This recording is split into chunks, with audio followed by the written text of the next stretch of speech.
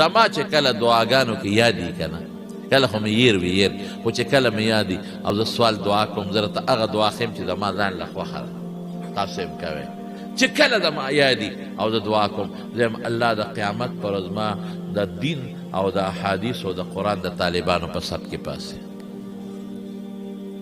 طالب قوم چې چاته فرشتې وزرې غواړي هغه طالب چې صحابو ته رسول الله مبارک وصیت کړی صحابو ته وی د اقطار او د اطرافو نه به خلک راځي طلب د علم لا طالبان به راځي رحبو بهم مرحبا ورته ووایي خیر ورته ورسوئ